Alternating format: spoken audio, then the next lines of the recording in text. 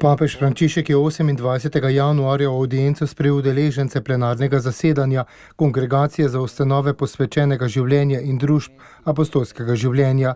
Govoril je o zvestobi poklicu in zapuščanju posvečenega življenja, kar je bila tudi tema razprav med zasedanjem.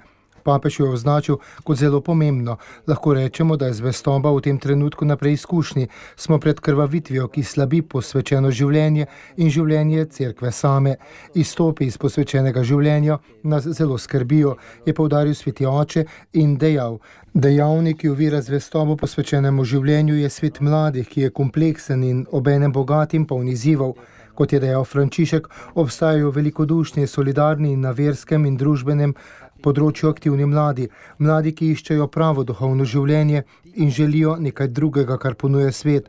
Obstajajo čudoviti mladi in jih malo, a tudi med njimi so mnoge žrtve logike posvetnosti, iskanje uspeha za vsako ceno, lahko zasluženega denarja in lahko dosegljivega užitka. Ta logika zapelje mnoge mlade, je zatrdil papež in dodal: naše delo ne more biti drugega kot biti jim blizu in jih okužiti z veseljem evangelija in pripadnostjo Kristusu. To kulturo je treba evangelizirati, če želimo, da jim mladi ne podležejo. Poklicanost je, tako kot vera, zaklad, ki ga imajo v lončenih posodah in ga je zato treba varovati, je dejal sveti oče. Ta skrb je naloga vsakega, ki ga je Kristus poklical, naj mu od blizu sledi z vero, upanjem in ljubeznijo.